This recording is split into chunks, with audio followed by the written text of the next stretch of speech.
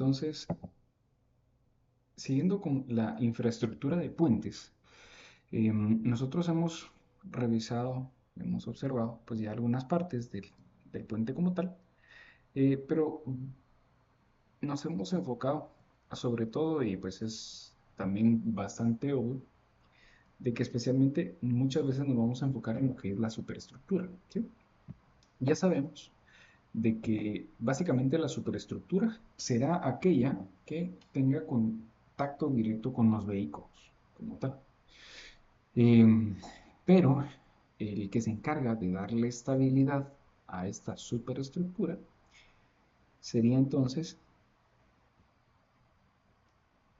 la subestructura. La subestructura recibe todas las cargas y se encarga de darle estabilidad a la superestructura. Es decir, aquí tenemos un tablero conformado con vigas tipo T, esto es parte de la subestructura, y a partir de ello nosotros vamos teniendo una transmisión de cargas directo hacia lo que sería entonces la subestructura. La subestructura, pues básicamente recibe, en este caso, que son 4 vigas, las que nosotros tenemos en pantalla, vamos teniendo pues 1, 2, 3, 4 reacciones, una de cada lado, recordando también que los puentes van trabajando sobre todo a una similitud de viga simplemente apoyada, ¿sí? Imaginemos que esta es una viga con un roller y tenemos una articulación en el otro extremo. Entonces, lo que nosotros vamos a tener es básicamente de análisis estructural básico, reacción vertical, reacción horizontal y reacción vertical. Esto quiere decir de que en uno de los extremos vamos a tener un apoyo tipo 1, que sería una articulación, y un apoyo tipo 2, en el otro extremo sería. ¿Sí? No podemos tener, ahorita asumiendo de que no contamos con estas vigas de apoyo, ¿sí?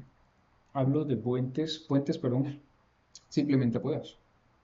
Así es como se le denomina, o tramos simples. Entonces, básicamente, toda esa transmisión de cargas se va a ir dando hacia la viga cabezal, que es lo que vamos a, que de hecho ya lo habíamos empezado a ver. Eh, pero hay un detalle dentro de los ejemplos que yo les he podido ir mostrando, compartiendo aquí en la clase, eh, donde hay que hacer una característica especial, bien puntual. No es algo sencillo, no es algo sofisticado, pero de esta manera nosotros podemos lograr conseguir entonces que se genere esta reacción horizontal. Normalmente, si son vigas de concreto, se le coloca un pasador. Entonces, con estos pasadores, nosotros podemos ir eh, generando esa reacción solo en uno de los extremos. Y precisamente por ello es tan importante también la revisión de las juntas de los puentes, porque, pues obviamente, cada viga cabezal se va a encontrar apoyada sobre un aproche, que es básicamente toda esta parte que nosotros tenemos acá.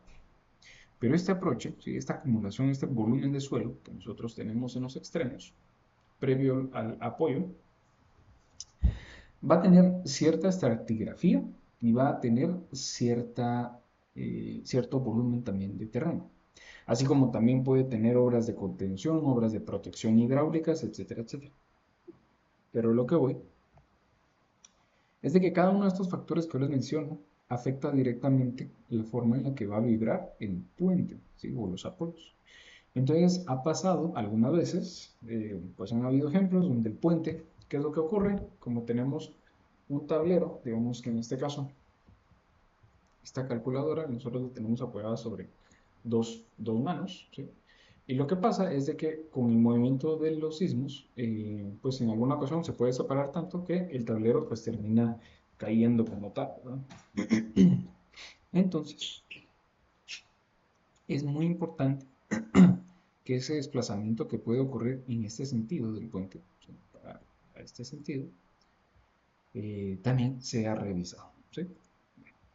Y los que se encargan de proveer ese efecto de articulación o un apoyo simple van a ser las vigas cabezal. o cabezal. Bueno, en este caso hablamos de eh, vigas cabezales en pilas, porque en pilas van a ser estas piezas que nosotros tenemos como cuellos intermedios. Pero nosotros también vamos a tener, también,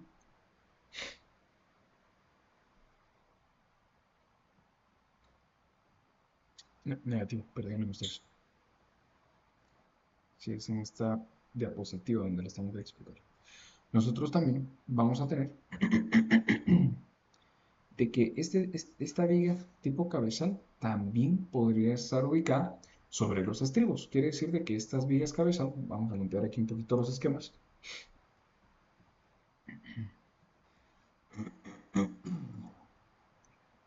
Disculpen ustedes ahí.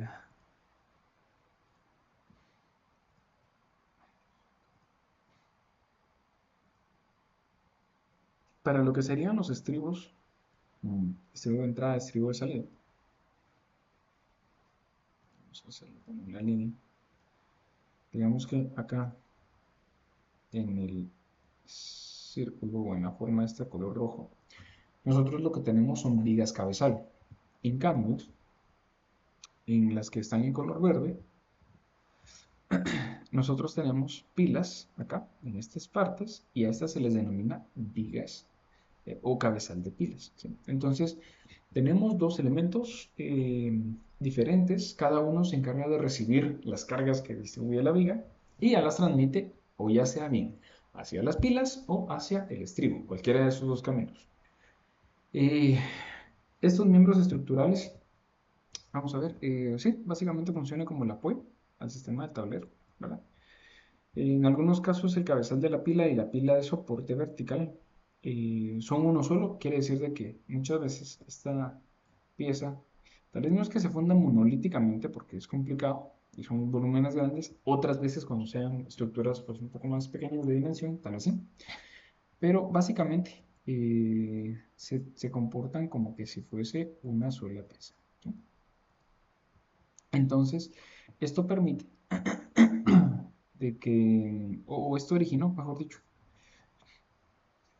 el nombre tan particular, ¿vale?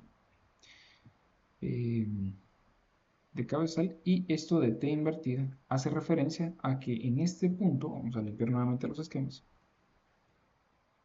en este punto, ¿saben qué? Permítanme, quiero enseñarles un ejemplo, un segundo, creo que va a ser un poco más sencillo.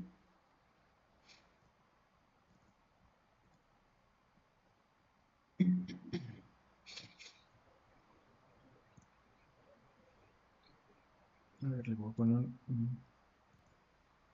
ahí estamos.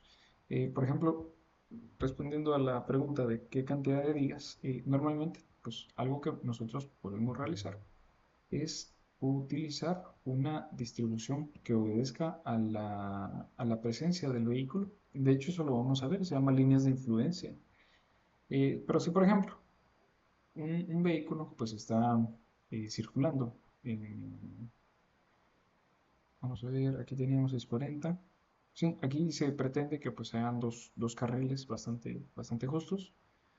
Pero básicamente la separación entre ejes obedece a más o menos esta primera distribución donde está el rectángulo y a este segundo. Entonces, si se da cuenta, casi que estas vigas de los extremos, que se les llaman vigas exteriores, porque son las que están más lejanas a la sección transversal, reciben normalmente una línea de rodada, digamos, de vehículos. En cambio, la viga central generalmente es la que obedece a dos diferentes, a dos diferentes líneas. Entonces, básicamente lo que se trata de conseguir ahí es de que siempre tratemos de alinearnos al vehículo más pesado o el vehículo crítico para el que estamos diseñando. Pero muchas veces va a pasar, va a ocurrir de que no necesariamente nosotros vamos a estar alineando todo el tiempo como se esperaría, eh, porque obviamente los vehículos más pequeños, pues también le digo, estos no generan no generan un efecto tan contraproducente, ¿verdad? Entonces lo que se hace es de que se toman en cuenta solo los vehículos grandes, tratamos de distanciar a una separación prudente que, como lo repito, obedezca a la trayectoria de la rodada y con eso pues tiene una eficiencia bastante buena en el puente, ¿verdad? Pero igual tenemos separaciones máximas entre vías, ya las vamos a ver. Perdón, no les conseguí. Espero haberle contestado por ahí, si no tal vez me levanta su mano. Gracias, Inge. Sí, Ok, perfecto. Muy bien. Entonces, miren, pues, aquí, miren, más o menos se los voy a trazar porque no existe como tal.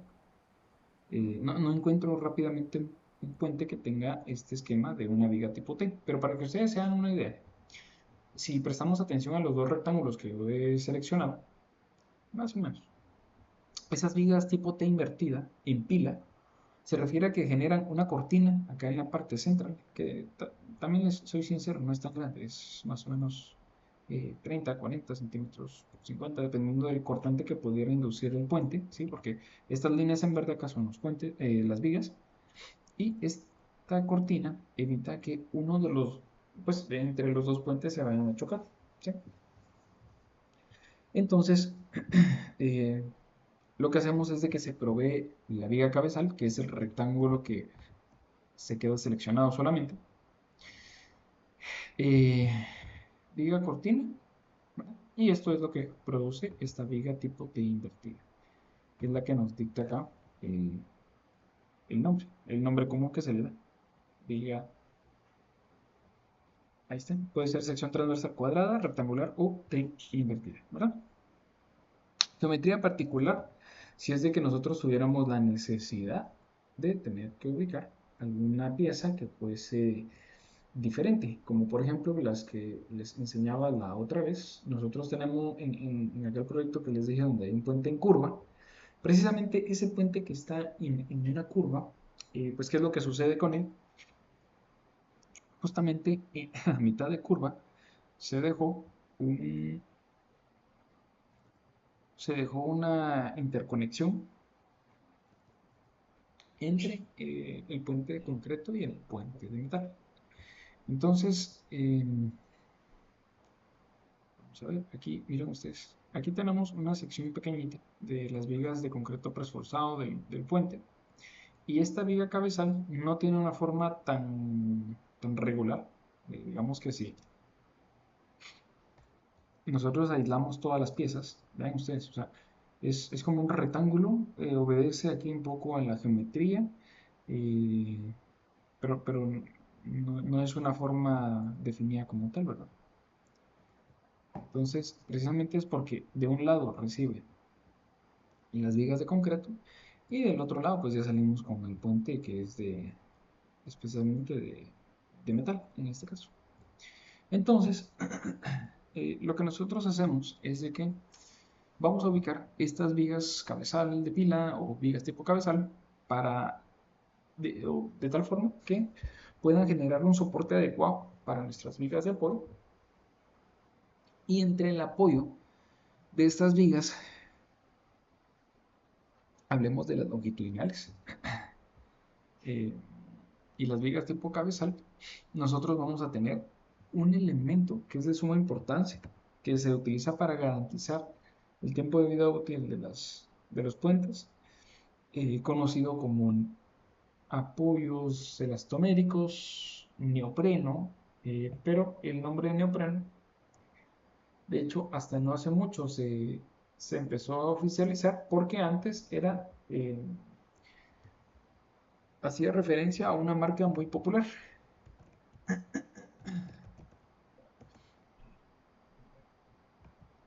Vamos a ver. Que era, que de hecho así era como se llamaba, pero es que era una marca, ¿verdad? Entonces nuestro nombre correcto debería ser un apoyo elastomérico. ¿Y esto para qué se utiliza? En los que les gusta un poco la mecánica, o les gusta ver qué es lo que ocurre en los carros, en los vehículos, o a los que les gusta y llaman la atención las máquinas o los aspectos mecánicos de cuestiones que se muevan, se darán cuenta que muchas veces los cojinetes los utilizamos para amortiguar, ¿verdad? Entonces, ese cojinete, digamos, o ese apoyo que puede llegar a deformar, a deformar, a deformar, y sucesivamente llegar a resistir muchos esfuerzos de fatiga. Cuando digo fatiga me refiero a esa carga cíclica de carga, descarga, carga, descarga, porque cada vez que pasa un vehículo, pues obviamente va a deformar este apoyo elastómico. Entonces nosotros vamos a tener carga del elastómero, descarga, carga, descarga, etcétera, etcétera. Entonces, ¿qué es lo que nosotros hacemos? Pues básicamente vamos a proponer este apoyo. Ok, entonces, miren pues ustedes, nosotros tenemos que estos apoyos de elastómeros básicamente se van utilizando o proponiendo de tal manera que lo que permiten acá es que con esa carga cíclica que yo les decía, pues va a ir generando ciertas deformaciones. Se va a ir deformando, se va a ir deformando, etcétera, etcétera. Pero lo más importante es de que cuando nosotros tenemos ya una carga cíclica que se va repitiendo durante un considerable tiempo, esa deformación, pues obviamente va a llegar a un punto donde va a fatigar la pieza. Quiere decir de que ya no se puede deformar más. Esa condición de fatiga ocurre en la mayoría de materiales precisamente por la continua descarga y descarga, ¿verdad? Obviamente hablamos de miles o millones de ciclos de deformación, miles tal vez, miles de ciclos de deformación. Entonces, cuando se dieron cuenta de que sí era bueno que deformara el elastómero porque generaba un paso vehicular un poco más suave, créanme que si no hubiese de esto, los vehículos sufrirían bastante y también las vigas cabezal, porque cada vez que vibrase la viga, rebotaría sobre la viga de concreto y una se iría dañando a otra porque son elementos bastante frágiles, fisurando pues una a la otra, ¿verdad? Entonces, lo que nosotros hacemos es que proponemos elastoméricos o neoprenos, les digo, la marca comercial. Y bueno, hasta no hace mucho también ya la Dirección General de Caminos, por lo menos en Guatemala, reconoce también el término como algo general, porque si ustedes bien saben, pues no podemos eh, proponer alguna marca específica o puntual, ¿verdad? En cada proyecto. Pero les decía que conforme se fueron dando cuenta que el elastómero, solo el material, porque esto al final es un gran hule de una dureza bastante elevada, ¿sí? No es tan fácil de formarlo, tiene que ser la carga bastante grande. Pero llegaba un punto donde cuando alcanzaba su condición de fatiga, lo que hacía era de que se ensanchaba, ¿sí? Quedaba como deformado completamente. Y se dieron cuenta que era porque cuando se empezaba a aplastar, generaba fisuras a lo largo de los bordes, ¿sí? Entonces se dieron cuenta que precisamente era porque algunas cargas llegaban a alcanzar ese límite y desgastaban muy rápido la pieza. Se le fueron colocando, pues después de investigaciones y demás, se le fueron agregando láminas o planchas de metal entre el elastómero y básicamente lo que hacen es de que restringen el desplazamiento en el sentido del plano de la plancha. Quiere decir de que van a deformar, pero va a llegar a un punto donde el metal que está rodeado del elastómero no se puede llegar a deformar. Entonces, las plancas de metal prolongan la vida útil de los neoprenos, ¿sí? Ese es ese es el punto más importante, ¿verdad? Bueno, entonces, de acuerdo al tipo de material, los apoyos se pueden clasificar como apoyos elastoméricos y metálicos. Adicionalmente, existen dispositivos de aislamiento sísmico que serán analizados pues, a mayor detalle conforme vayamos avanzando. Porque también podemos aislar sísmicamente uno de los apoyos del puente. Entonces allí sí se genera un apoyo muy cercano, muy parecido al roller original. Los apoyos elastoméricos son los apoyos más simples de puentes y consisten en un bloque de sección rectangular o circular constituido parcial o totalmente de elastómeros. Bueno, y básicamente van siendo o formando estas placas que nosotros vemos acá, o estos bloques, pero al final son volúmenes pues considerablemente grandes. Entonces tenemos viga cabezal o viga de pila, encima van los cuadraditos o rectángulos del elastómero, el área, se calcula el área, el espesor y la dureza de estas piezas, ¿sí? Y obviamente esto está en función a la carga cíclica con la que se va a ir sometiendo el puente, ¿sí? Que esto va a ir cambiando conforme el, el- el- el paso de la vida útil del puente, ¿sí? Bueno,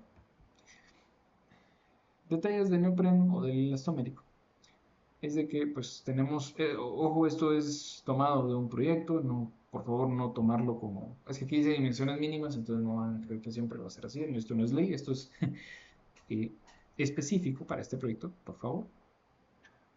Y aquí básicamente nosotros tenemos una pequeña plaquita, aquí en este extremo, donde se puede observar que cabalmente tenemos el rectángulo de neopreno o de elastomérico. Si nosotros ya nos pasamos a aquellos apoyos que sean tipo metálicos, es decir, no necesariamente los metálicos van a llevar neopreno. Antiguamente, como el metal es un poco más maleable y más fácil de dar forma, hasta ciertos puntos, los apoyos metálicos generaban o permitían otras capacidades de trabajo, de fabricación o también de construcción. Quiere decir de que se podían colocar de diferentes maneras. Eh, pero estos apoyos normalmente, digamos que en los de concreto, los apoyos van conectados a la viga cabezal y en cambio en los de acero, digamos que el apoyo va conectado a las vigas y la separación se hace entre ese apoyo y la viga cabezal. Eh, Generalmente los apoyos metálicos se encuentran conectados a la superestructura, era lo que hablábamos, a través de una placa de acero, una plancha de metal, así como la que vemos acá. Mientras que la plancha base distribuye las reacciones hacia la infraestructura, la conexión que existe entre la plancha de acero y la superestructura, para variar, para vigas de acero, perdón, es hecha mediante pernos o también se puede llegar a soldar. Depende mucho cómo es de que va a ir trabajando este tipo de puente.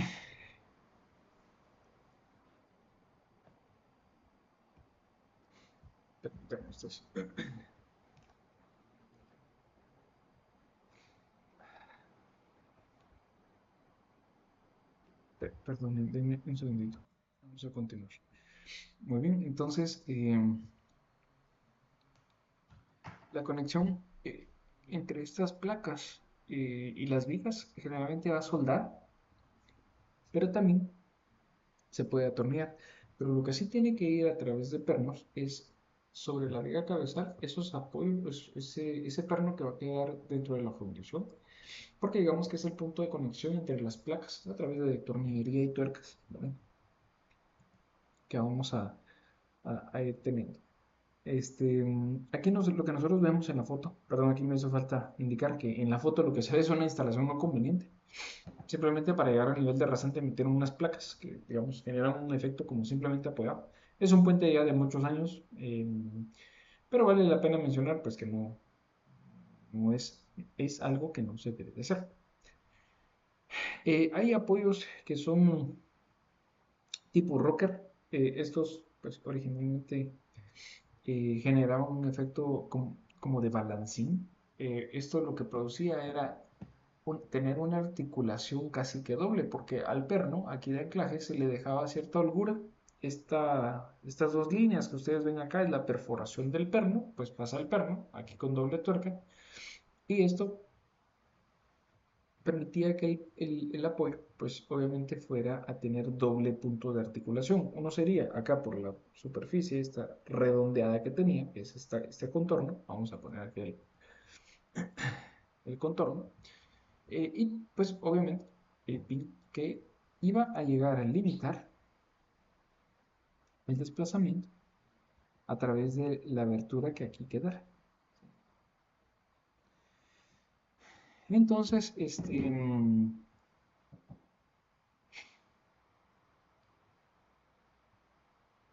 nosotros lo que vamos alcanzando acá es una articulación, ¿verdad? Es, eh, es un efecto de articulación que de alguna manera se puede repetir en el otro extremo, ¿sí? Entonces lo que permite este tipo de efectos es de que cabalmente de ambos lados pues se puede ir desplazando, pero no tiene, al final cuando topa el perno con el agujero acá, siempre va a restringir ese desplazamiento horizontal.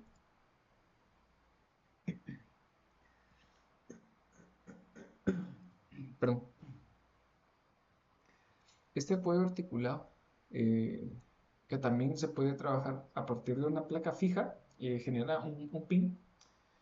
Hay varios puentes que llegan a tener pines considerablemente grandes, ¿sí? Vamos a ver, permítanme un segundo. Ahí estamos, muy bien. Entonces acá nosotros tenemos un puente tipo arco. Pues lástima la foto que no quedó de manera pues, tan ajustada. Pero bueno, ¿cuál es el detalle aquí a presentar? Y si tienen la oportunidad o si alguien vive sobre la CA9 o va hacia Oriente de Ciudad Capital, o viene de Oriente hacia la capital, pues básicamente, eh, justamente en este puente ustedes van a poder ver, pues precisamente de los álamos, van a poder ver este tipo de detalles. Se mira mejor, pues obviamente en vivo, pero eh, claramente se logra observar ahí que hay tres placas verticales en la placa base, digamos, que es la que está a través de cuatro pernos, y dos placas de las vigas principales. De tal forma que cuando ustedes lo observan acá, creo que aquí sí se puede ver un poquito mejor, hay un solo pin. Este solo pin, bueno, me atrevo a decir que eso será de unas 4 pulgadas, 5 pulgadas de diámetro. Sí, es un pin bastante grueso, no, tal vez unas 4. Y pues obviamente esto va produciendo un efecto muy parecido al que nosotros tenemos acá. Solo que ese que veíamos en el ejemplo pues tiene una inclinación, ¿verdad? Vamos a tener siempre una placa base, una plancha base, que es la que en el ejemplo de este puente de los Álamos tenía solamente cuatro, cuatro pernos y una placa superior con su pic, ¿verdad? Entonces, este, pues, natural es bastante práctico de visualizar y solamente genera un efecto de tipo pin. Pero también se puede llegar a utilizar apoyos de rodillos, así como los que vemos acá en pantalla.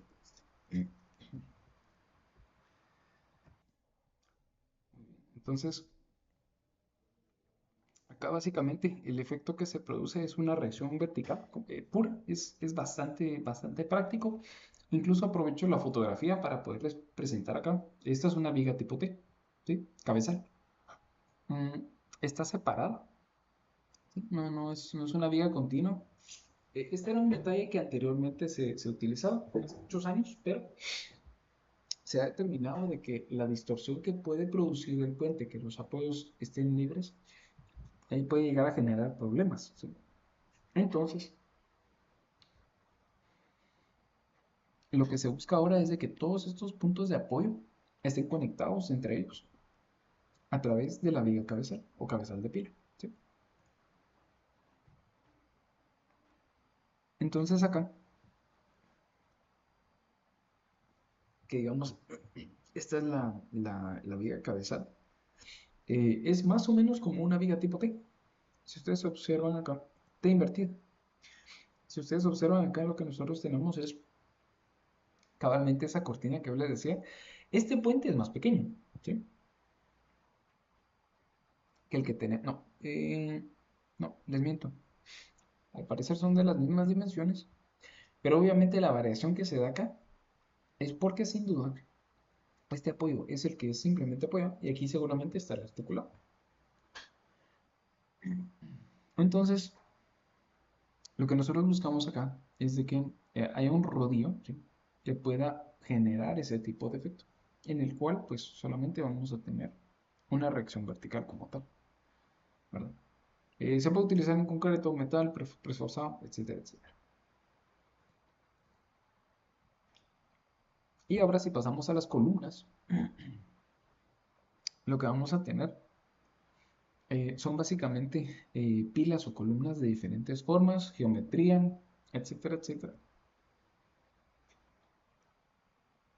También características. Vamos a llegar a tener cuadradas, rectangulares, circulares, gemelas, o, pues, con formas de V. Si ustedes pasan sobre la Roosevelt, por ejemplo, encuentran bastante. De hecho, el detalle se volvió bastante popular en varios pasos a desnivel acá en Guate. Hablemos de periférico, ¿verdad? El periférico, pues en algunos puntos también genera este tipo de. El área periférica tiene estos. No son tan grandes y robustos como estos, sino que son continuos. Tienen muchos de estos tipos. ¿Mm? Entonces, más o menos les da una idea de cómo va, ¿sí?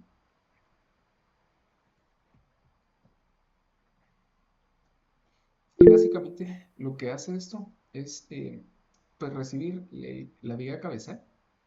Y miren, ahorita le doy la palabra. Eh, estos, estos cabezales aislados, estas pilas aisladas de una sola columna, lo más recomendable es de que tenga dos columnas como tal, precisamente por el efecto de torsión. Entonces uno produce un mini marco, ¿sí? En un sentido lo chequea uno como que si fuese un marco y en el otro como un péndulo invertido. Pero cuando no lo hacen así, mm, sino que utilizan una forma cuadrada, solo hay que tener cuidado con la inercia que uno debe de alcanzar para obviamente generar esa oposición a la carga, ¿verdad? Sí, David. Disculpe, ingeniero, para el dimensionamiento de esas columnas tienen un mínimo o una mínima área. Me pregunto porque las del anillo periférico, digamos, son varias, pero son más pequeñas. Con la comparación a esas. Sí, fíjese que de hecho también antes, mire, antes no se le prestaba tanto. ¿Por qué le digo esto? Es un producto que ya tiene años y seguramente fue diseñado con otra normativa. Por lo menos ahora, la ASHTO para lo que son las pilas, que lo pueden encontrar ustedes en la ASHTO como piles, en inglés, em, vamos teniendo ya algunas consideraciones que tomar en cuenta, pero una área mínima como tal no. Generalmente la que le predomina a nivel de predimensionamiento es como se recibe ahí, dos cargas verticales. Eh, entonces, pues a partir de esa carga, digamos casi que axial, casi que, porque siempre va a generarse alguna flexión ahí, nosotros vamos a llegar a conseguir eh, una carga crítica. Carga crítica, esfuerzo permisible, despeja y encuentra un área. Y ya le da dimensiones, ¿verdad? Lo hace un poquito a la inversa, a nivel de predimensionamiento. Ujú. Pero mínima y máxima, como tal, no. Bueno, Ok, gracias. ahora bien,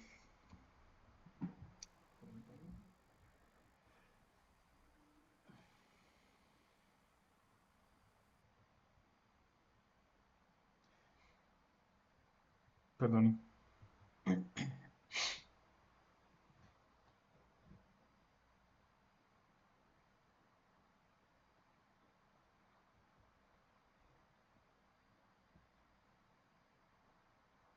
Muy bien. Vamos a ver vamos a ver ahora los estribos, ¿sí? Mm, Básicamente, los estribos nos funcionan de tal manera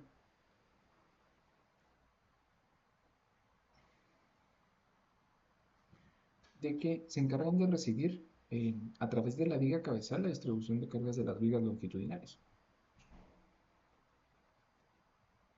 Entonces, también cumplen una segunda función en la cual nosotros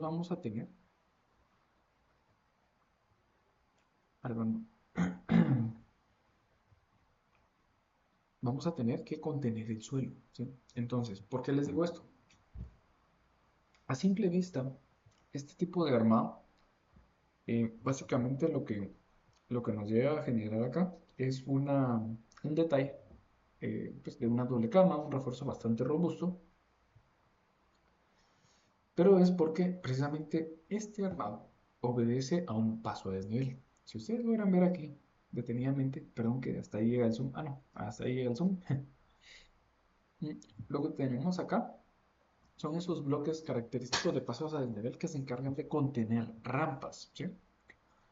Entonces, de un lado, este proyecto específico va a tener ese bloque de tierra armada y al frente, que nadie lo contiene, entonces necesita proponer un elemento muy parecido a este, que se encarga de recibir la carga o la presión del suelo y tratar de contenerla como tal. O sea, es un relleno artificial contenido porque debemos de,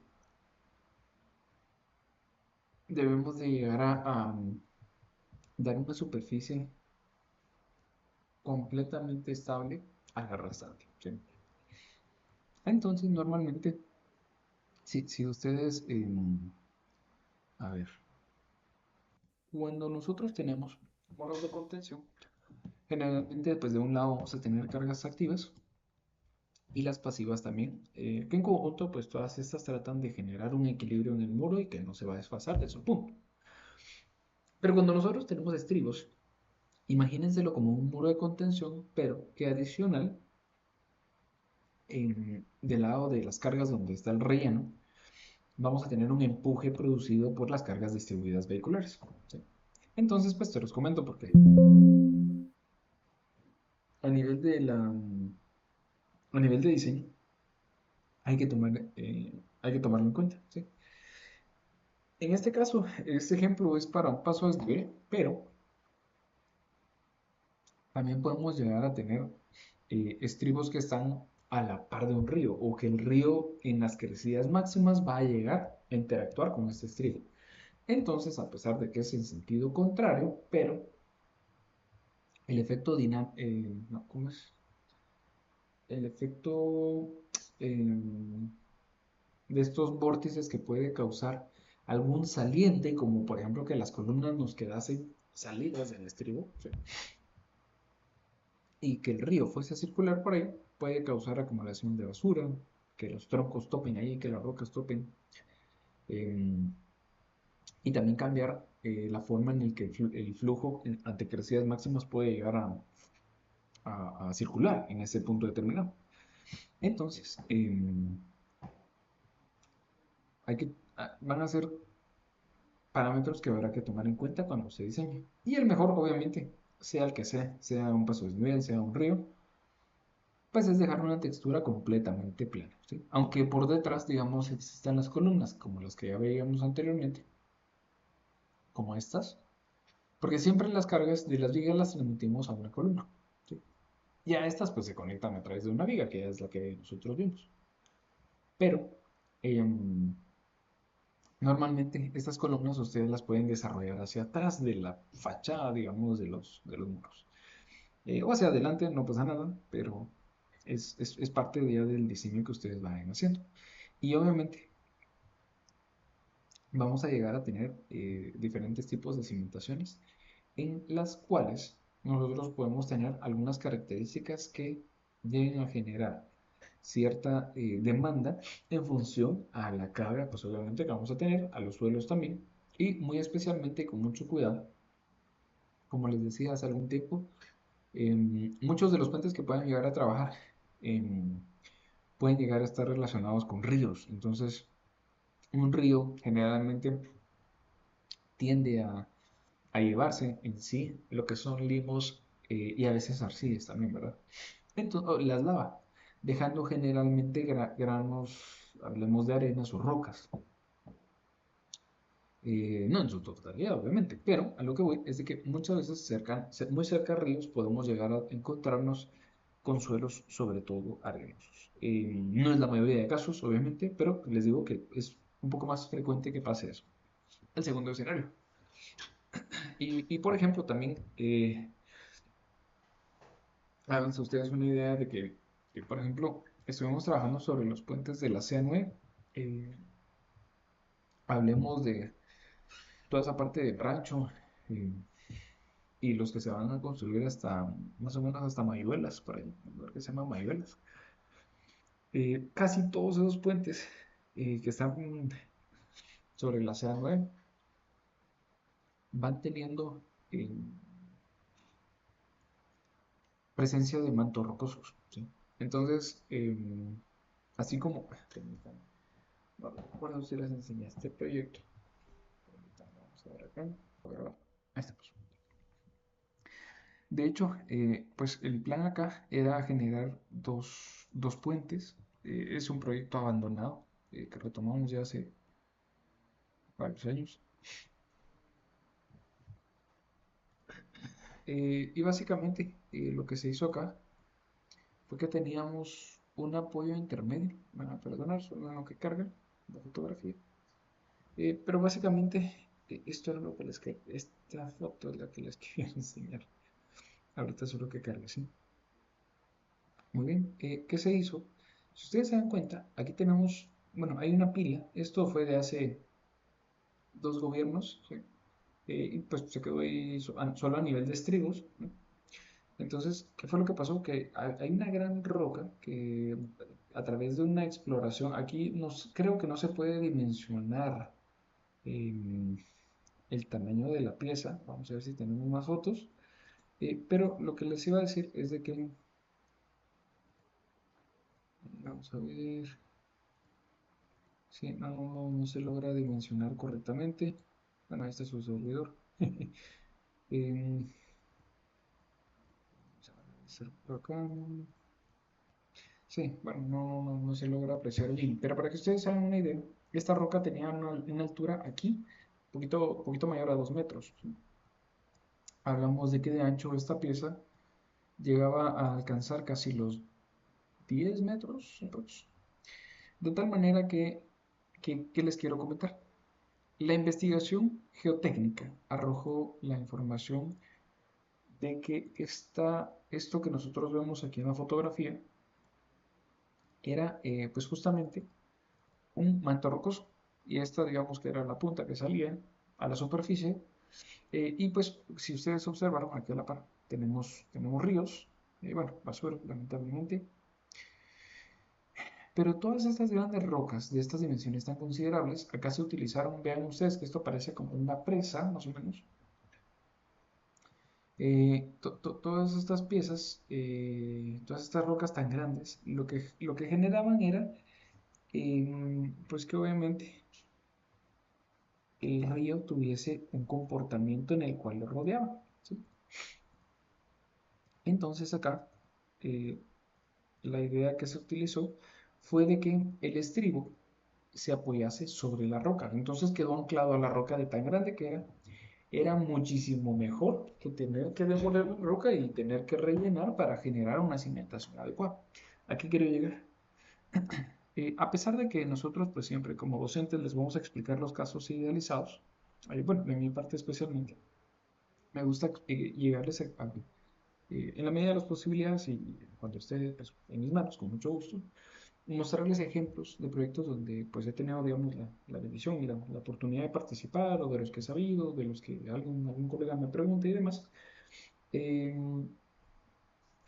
en los cuales las soluciones se salen de lo tradicional, ¿sí? Entonces, ¿a qué quiero llegar con esta explicación? De que a pesar de que pues, muchas veces idealizamos una zapata cuadrada y que es la solución definitiva, muchas veces hay que adaptarse a las características del lugar.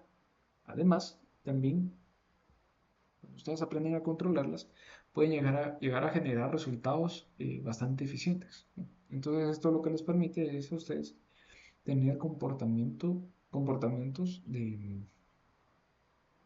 ¿cómo se llama esto? Eh, de proyectos bastante eficientes, ¿sí?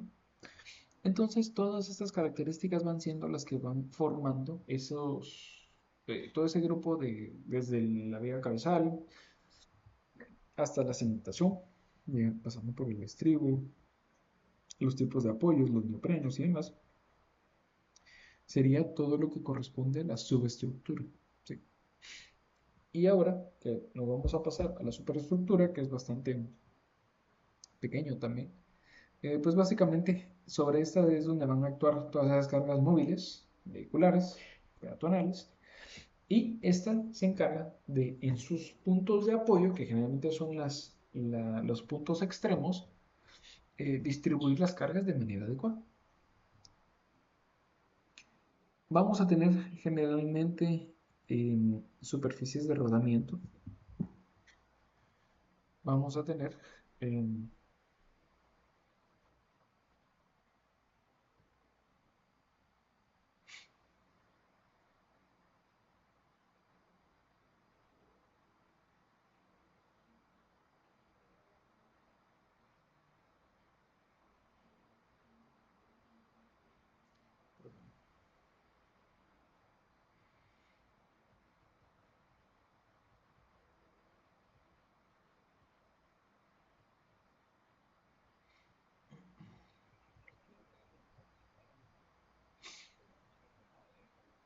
muy bien, entonces pues les decía que generalmente todas las partes que van conformando el tablero, la superestructura, hablemos de barandas, protección vehicular, protección al peatón, carpeta de rodadura, drenajes, postes de iluminación, postes para comunicación, canales para transportar agua. Hay algunas comunidades que aprovechan la estructura de un puente para poder a través o debajo de la losa conducir tubería de vale la redundancia, pero así es como se llama, de líneas de conducción de agua. ¿Sí? He visto algunos puentes que también aprovechan la estructura para por debajo llevar ductos eh, de energía eléctrica. Entonces, a lo que voy es de que muchas veces se puede llegar a integrar no solo las piezas que están acá, sino lo que les menciono. Es un inventario bastante alto. Así como también hay algunos proyectos que pues, puede llegar a ser tan atractiva a la vista que hasta tienen miradores a media luz, ¿verdad? Em, hay, bueno, sí, hay un par de ejemplos. Tal vez los voy a buscar y se los enseño a la próxima. Em, entonces, todos estos elementos son los que al final de cuentas generan sobrecargas o cargas vivas y ya producen pues, ese efecto que es el que nosotros hablamos acá.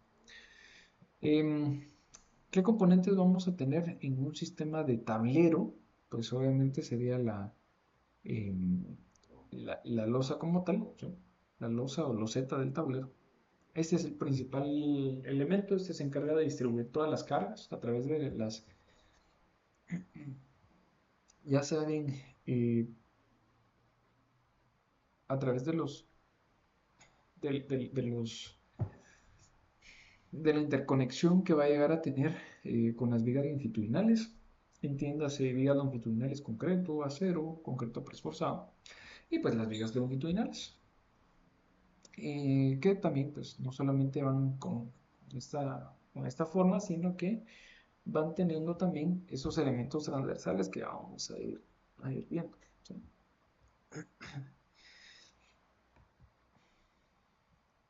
Los diafragmas, que son las piezas que les mencionaba, pues es este asurado, ¿sí? Que se encarga de interconectar todas las vigas longitudinales y lo que tratan es de generar un comportamiento más uniforme, es decir, que todo el puente trabaje al unísono, como diríamos, soportando esas deformaciones laterales que pueden ocurrir por concentración de carga en un solo extremo, pues trata de hacer una sola pieza, dándole rigidez y que no vaya a fallar la viga que en algunos casos, por llegar a ser muy peraltada, puede fallar por torsión. Estos diafragmas también nos ayudan para absorber esas deformaciones que van mostrando las vigas por el pandeo lateral, que es el que les menciono, y también para arrastrar los extremos de las vigas. Quiere decir que siempre vamos, siempre, sea la longitud que sea el puente, en los extremos vamos a tener, que era lo que les mencionaba hace algún tiempo, en cada punta, en cada estribo, digamos, vamos a nosotros tener la ubicación de un diafragma, ¿sí? Em, los códigos de diseño especifican que debemos de proveer diafragmas en estribos, en pilas y uniones articuladas, ¿sí? Siempre, siempre. Y si lo queremos ver en puentes de concreto, serían estas piezas transversales que ustedes bien pueden ir viendo acá. O sí, vamos a ver si todavía tengo aquí el modelo, ya lo cerré. Bueno, em, y cuando nosotros hablamos de que vamos a tener vigas longitudinales de 24 metros o más, hay que colocar también a la mitad de la longitud. Entonces podemos decir de que los diafragmas deberían de estar ya con puentes mayores a 24 a cada, más o menos, a cada 12 metros. ¿Sí? También los podemos tener presentes en puentes de acero, ¿sí? Así como estos, estos puentes en París.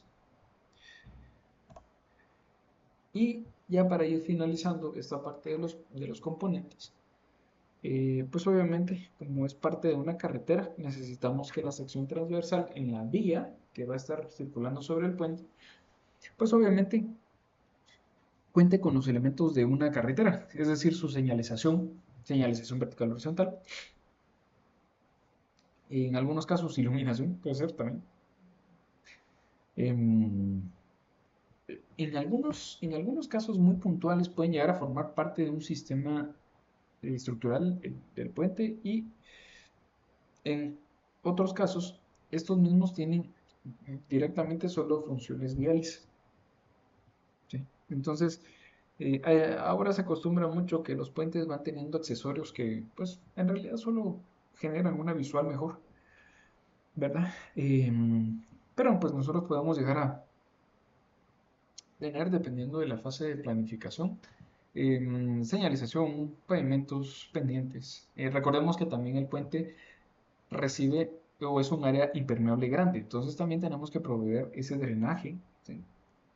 A través de una sección transversal que tenga un bombeo, si es que es una parte recta, barandas, drenajes, defensas, separadores viales. Se acostumbra, vamos a ver si tengo abierto aquí algún plano, no. Bueno, se acostumbra que a veces para separar las dos vías podemos llegar a colocar un guardallantas, que es un pequeño bloque fundido de 40 o 20 centímetros, 40 por 40, 20 por 40, 20 por 30, por ahí en esas modulaciones. Y lo que hace es de que evita que la llanta del vehículo a una velocidad prudente, no sé si sin arruinar el vehículo, se pase al otro sentido de la vía, que básicamente va obedeciendo a las dimensiones de la calzada y los anchos de carril.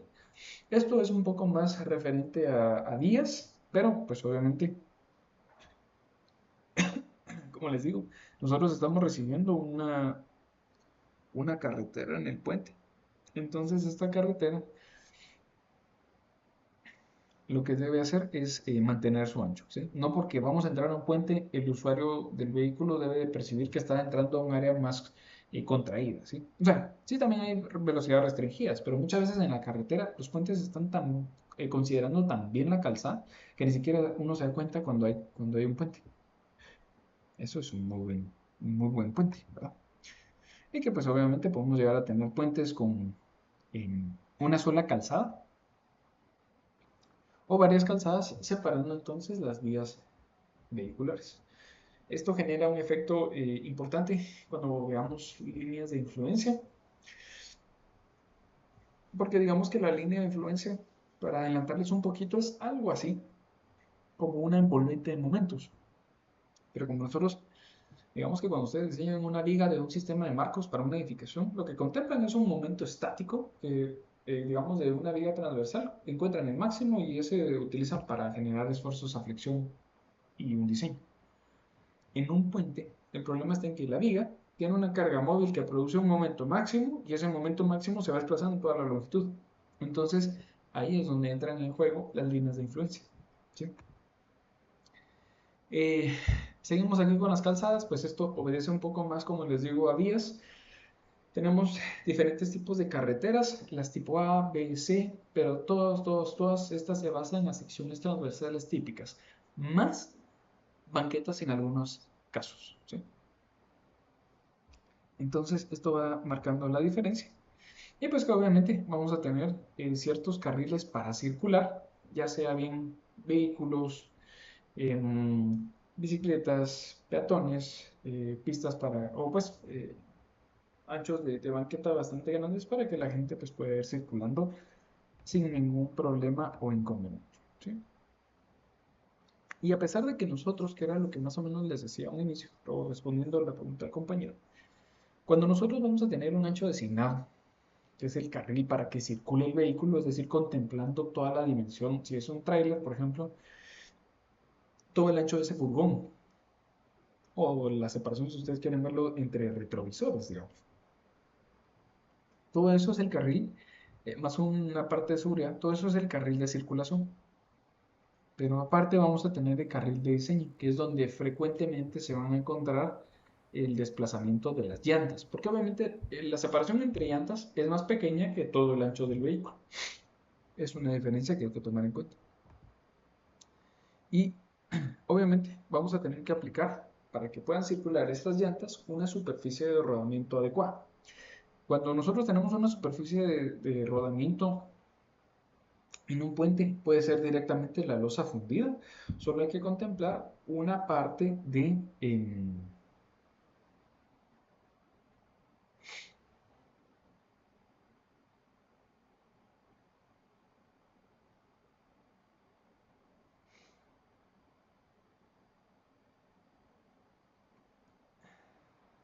perdón, esta parte es donde hay que contemplar un topping pequeño en el cual eso va a sufrir una superficie de desgaste, pero se puede utilizar concreto o un asfalto, ¿sí? De tal manera que se tome en cuenta el deterioro o la vida útil del proyecto, sales, efectos climáticos. Un pavimento flexible tiende a expandir más si tienen pavimentos asfálticos o flexibles. En puentes hay que contemplarlo para el diseño de juntas, generalmente tiende a expandirse un poquito más. Pero bueno, es parte de los diferentes criterios que nosotros debemos de ir tomando en cuenta. Pero sea cual sea la superficie de rodamiento, nosotros debemos de contemplar que esta va a estar adherida a la parte superior del tablero y por lo tanto va actuando como una sección compuesta, como una carga muerta, como más recubrimiento, digamos, en una viga tipo T, por ejemplo. Y esto pues va a garantizar, si nosotros proponemos en fase de diseño o planificación que la superficie de rodamiento sea adecuada, evitamos que los vehículos pues vayan a generar deslizamientos por falta de fricción y en estos casos evitamos que pueda llegar el vehículo a deslizar y a topar con alguna de las estructuras del puente como barandas, ¿sí? Entonces, estas superficies pues van a ser considerablemente de alta importancia. Si son bastante resistentes y duraderas, van a garantizar sin duda el tiempo de vida útil del puente. Solo hay que tomar en cuenta, y también se pueden recapear, eso no pasa nada. Pero esta resistencia a esa fatiga que yo les digo, a esas tensiones que van flexionando, también hay que tomarlas en cuenta cuando se diseñe este tipo de pavimento. Si tenemos puentes que están expuestos a altas temperaturas